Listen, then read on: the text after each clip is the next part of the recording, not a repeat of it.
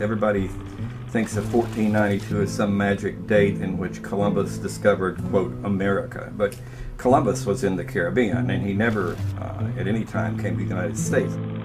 No, he never was near the continental mass of America. The great navigator that he was, who washed up on a beach in the Caribbean, half a world away from where he thought he was, gets known as the great navigator. The navigator could never find his way from the island to the mainland. He couldn't discover the continent. Oh, I think it is rather surprising that they should have reddish-brown skins. But now since we have landed in India, then these people must be Indians. It's very interesting that Columbus's first comments regarding the Native American or the indigenous people was that they were very loving, giving. They would trade or give anything that they had. They were without malice, without guile. The whole concept that Columbus thought these were savage people was totally incorrect.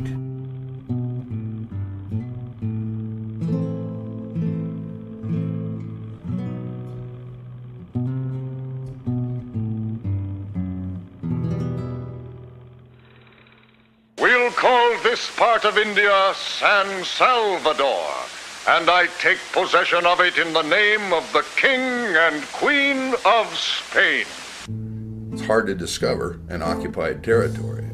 Consensus is that Spain came for God, glory, and gold, and God being that they were going to spread the Catholic religion, glory because they were going to add more land to the crown, and of course gold because they were going to get rich. Columbus had no trouble getting ships and men for his second voyage, but he still hadn't the slightest idea that he was headed for the vast continent of America.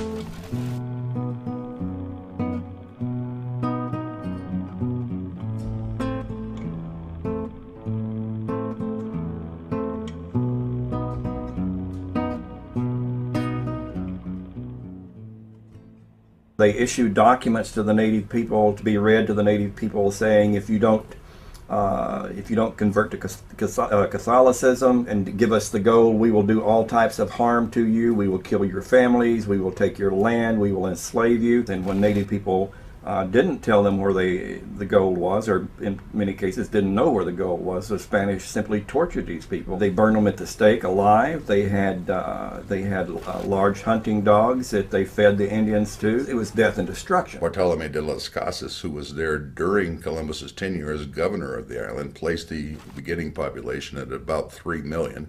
20th century historical demographic studies had placed it as high as 8.5 million. Whatever the reality actually was, it had been reduced to about 100,000 by the time he left, and by 1550, it was gone, extinct.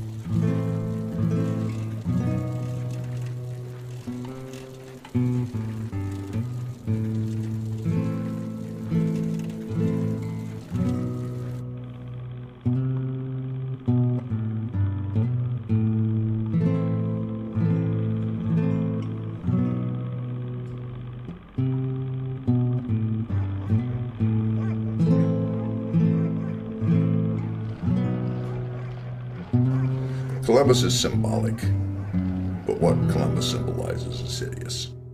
Columbus being valorized in the mythology of the United States is roughly the same as Germany valorizing Heinrich Himmler now, and then teaching this to Jewish students as well as German students and conditioning them to accept it. But each year on October 12th, we celebrate Columbus Day, the anniversary of that day in 1492, when Columbus first sighted the land of the New World, America.